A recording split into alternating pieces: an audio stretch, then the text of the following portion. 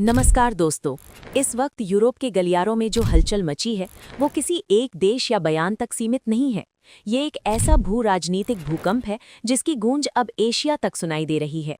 और इस उथल-पुथल के केंद्र में अचानक एक ऐसा नाम उभर कर आया है जिसने पूरे यूरोप के रणनीतिकारों की नींद उड़ा दी है। और वो नाम है भारत।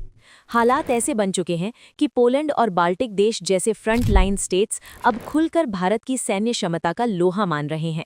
ये वही यूरोप है जो कल तक भारत को सिर्फ एक बाजार समझता था, लेकिन आज भारत की भूमिका को नज़रअंदाज करना उनके लिए एक बड़ी रणनीतिक भूल साबित हो रही है।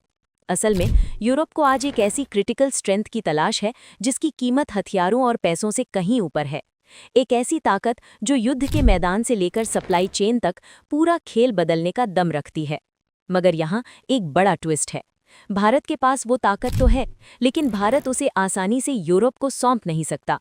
और ऐसा इसलिए नहीं कि हमारे पास कोई कमी है, बल्कि इसलिए क्योंकि भारत की अपनी सीमाएं और अपने रणनीतिक हित, स्ट्रेटेजिक इंटरेस्ट्स सर्वोपरि हैं।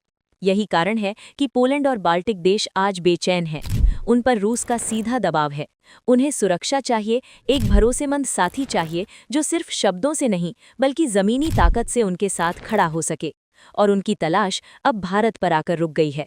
लेकिन सोचने वाली बात यह है कि जर्मनी, फ्रांस और इटली जैसे बड़े और अमीर देश इस मुद्दे पर चुप्पी क्यों साधे हुए हैं? क्या वे किसी बड़े टकराव से डर रहे हैं या भारत का ये बढ़ता कद उन्हें असहज कर रहा है? आज के वीडियो में हम इसी रहस्य की गहराई में उतरेंगे।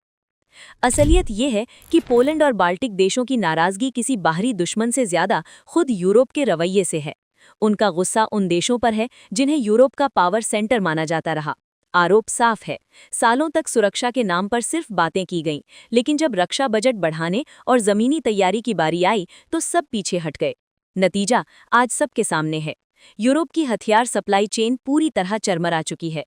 गोला बारूद की भारी किल्लत है और फैक्ट्रियों की उत्पादन क्षमता ना के बराबर है।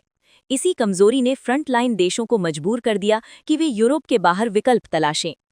इसी मजबूरी के तहत 2025 में पोलैंड ने तुर्की के साथ एक ऐतिहासिक रक्षा समझौता किया ताकि वो खुद गोला बारूद बना सके। तुर्की ने वादा किया था कि वो 120 mm और 155 mm शेल्स की पूरी तकनीक पोलैंड को देगा, लेकिन अब इस डील में भी दरारें आ गई हैं। पोलैंड की सेना ने तुर्की पर धोखाधड़ी और तकनीक साझा करने में आनाकानी करने का आरोप लगाया है। यानी जिस भरोसे पर ये डील टिकी थी वो अब टूट रहा है। और ठीक इसी संकट के बीच यूरोप की आंखें भारत की ओर मुड़ गई हैं। भारत के पास 155 mm की आर्टिलरी की एक ऐसी जादुई तकनीक है जिसकी चर्चा अब यूरोप के सैन्य कमरों में होने लगी है। बाल्टिक देशों को समझ आ गया है कि भविष्य के युद्ध सिर्फ गोलों से नहीं बल्कि नेक्स्ट जनरेशन आर्टिलरी से जीते जाएंगे। और यहीं भारत का नाम सबसे ऊपर आता है। भारत ने 155 mm का एक ऐसा तोप का गोला बनाया है जो साधारण नहीं बल्कि रैमजेट इंजन से लैस है। ये आर्टिलरी वॉरफेयर की दुनिया में एक क्रांतिकारी आविष्कार है। जनवरी 2026 की शुरुआत में आईआईटी मद्रास और भारतीय सेना ने मिलकर इस तकनीक को दुनिया के सामने रखा। ये कोई प्राइवेट प्रोजेक्ट नहीं बल्कि भारत की सरकारी सैन्य शक्ति का प्रदर्शन है। सबसे बड़ी बात इसकी मारक क्षमता है। ये रैमजेट गोला 60 से 80 किलोमीटर और उससे भी आगे सटीक निशाना लगाने में सक्षम है।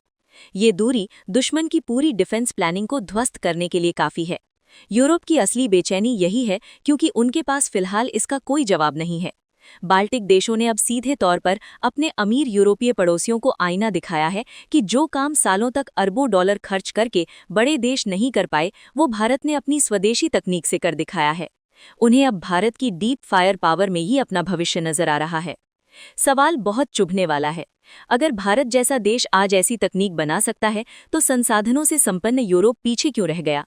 सालों का अनुभव और अकूत पैसा होने के बाद भी आज यूरोप भरोसेमंद विकल्प क्यों नहीं दे पा रहा? इसी सवाल में आज की बदलती दुनिया का सच छिपा है। एक समय था जब भारत तकनीक के लिए यूरोप के आगे हाथ फैलाता था, लेकिन आज पूरा यूरोप भारत की तकनीक को समझने के लिए उत्सुक है। 2026 की शुरुआत ने साफ कर दिया है कि दुनिया के हालात शांत नहीं होने वाले। एक तरफ पोलैंड और रूस के बीच तनाव बढ़ रहा है तो दूसरी तरफ पुतिन ने साफ कह दिया है कि जंग अभी लंबी चलेगी। इस तनाव के बीच भारत ने कोई शोर शराबा नहीं किया, लेकिन अपनी खामोश कूटनीति से दुनिया को हिला दिया है। रिपोर्ट्स बताती हैं कि चेक रिपब्लिक और इटली के जरिए भारतीय गोला बारूद गोपनीय तरीके से यूक्रेन तक पहुंच रहा है। भारत बिना सीधे युद्ध में कूदे अपनी रणनीतिक पकड़ मजबूत बनाए हुए है। अब 2026 में यूरोप चाहता है कि भारतीय डिफेंस कंपनियां खुद यूरोप में आकर अपनी यूनिट्स लगाएं। पोलैंड ने तो रेड कारपेट बिछा दी है। उनका लक्ष्य है कि 2027 तक वो भारत की मदद से आत्मनिर्भर बन सके। वहीं नाटो के देश जिस रैमजेट तकनीक के लिए 2030 का इंतजार कर रहे हैं, भारत उसे 2027 से पहले ही मैदान में उतारने को तैयार है। यही 3 साल का टेक्नोलॉजी गैप भारत को ग्लोबल लीडर बना रहा है। अंत में सवाल वही है, क्या भारत को अपनी ये बेशकीमती मैने तकनीक यूरोप के साथ साझा करनी चाहिए? क्या हमें अपनी रणनीतिक खामोशी बनाए रखनी चाहिए या खुलकर सामने आना चाहिए? अपनी राय कमेंट बॉक्स में जरूर दें। अगर आपको हमारा ये डीप एनालिसिस पसंद आया तो वीडियो को लाइक करें और चैनल को सब्सक्राइब करना न भूलें। जय हिंद, जय श्री राम।